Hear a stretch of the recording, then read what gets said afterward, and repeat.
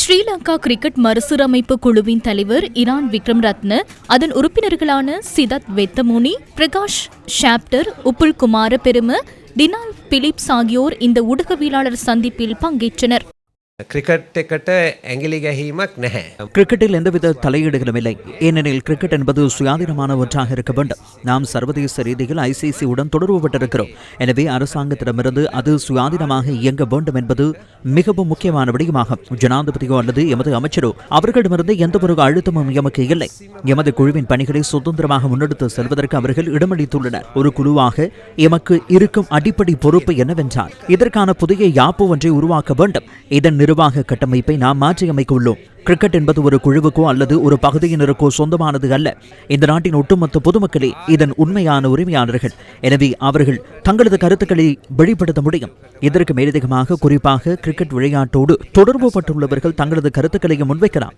அதன் பின்னர் இந்த யாப்பு தொடர்பாக ஆராய்வதற்காக ஜனாதிபதி சட்டத்தரணிகளின் தலைமையில் ஒரு குழு நியமிக்கப்பட்டுள்ளது. அவர்கள் அதனை ஆராய்ந்து ஒரு புதிய யாப்பு குறித்த கலந்துரையாடி உங்களது கருத்துக்களையும் உள்வாங்கிய பின்னரே பாராளுமன்றத்தில் சமர்ப்பிக்க உள்ளனர்.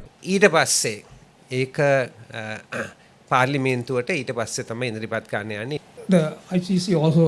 ICC உங்களுடன் பேச்சுவார்த்தை நடத்தியுள்ளதா? அத்துடன் இந்த செயல்முறைக்கு எவ்வளவு காலம் எடுக்கும் என்று அவர்களுக்கு தெரிவிக்கப்பட்டுள்ளதா? ஏனென்றால் இடைக்கால குழு நீண்ட காலம் செயற்படுவது குறித்து அவர்களிடம் அதிருப்தி உள்ளதல்லவா? ICC உடனான பேச்சுவார்த்தைகள் மிகவும் சிநேகபூர்வமாகவும் பயனுள்ளதாகவும் அமைந்திருந்தன. நாம் செய்யும் விடயங்கள் குறித்து மிகவும் வெளிப்படைத்தன்மையுடன் செயற்படுகிறோம் என்பது ICCக்கு நன்றாக தெரியும். அத்துடன் இந்த செயல்முறையை முன்னெடுக்கும் போது வெளிப்படையான மற்றும் தெளிவான வழிமுறைகளை பின்பற்றவே நாம் விரும்புகின்றோம். மறுசீரமைப்பு குழுவிற்கு தனக்கு கிடைத்த அழைப்பு குறித்தும் அவர் கருத்து வெளியிட்டார். இங்கு நான் அழைக்கப்பட்டுள்ளமைக்கு அரசியல் காரணங்கள் எதுவும் இல்லை. ஏனெனில் ஜனாதிபதி என்னை அழைப்பதற்கு காரணம் இல்லையே.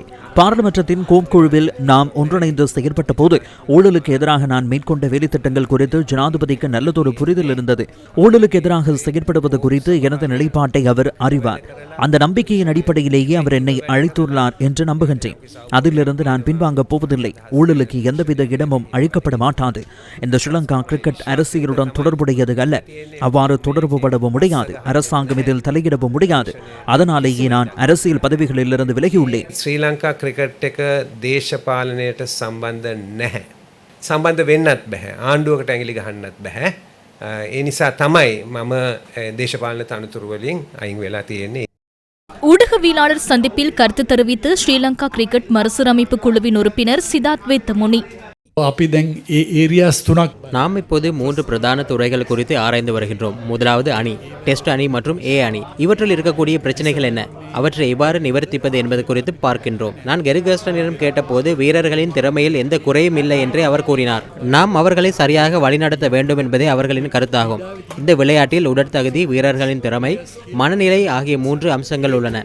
இவை 3ம் சரியாக அமைந்தால் அனைத்தும் சிறப்பாக நடக்கும். எனவே அந்த சூழ்நிலையை எவ்வாறு மேம்படுத்துவது என்பதிலேயே தற்போது நாம் கவனம் செலுத்தி வருகின்றோம். அது சாத்தியமாகும் போது எமது விளையாட்டில் ஒரு மாற்றத்தை உங்களால் பார்க்க முடியும் என நான் நினைக்கின்றேன். மற்ற விடயம் 19 வயதுக்கு உட்பட்டோருக்கான பயிற்சியாகும். ஒரு நிர்வாகமாக நாம் அந்த பயிற்சியாளர்களுக்கு போதிய சர்வதேச அனுபவத்தை வழங்கவில்லை. அவர்களின் அனுபவம் போதாதுள்ளது. அவர்கள் ஒரு பரீட்சையில் சித்தி அடைந்துவிட்டு வந்து விடுகிறார்கள்.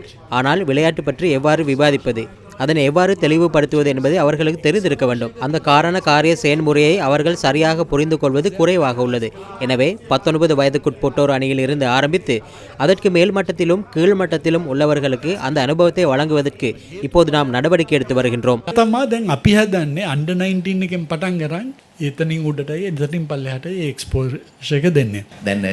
சித்ரஸ்ரீ குழுவின் கீழ் புதிய யாப்பு ஒன்று முன்மொழியப்பட்டிருக்கிறது.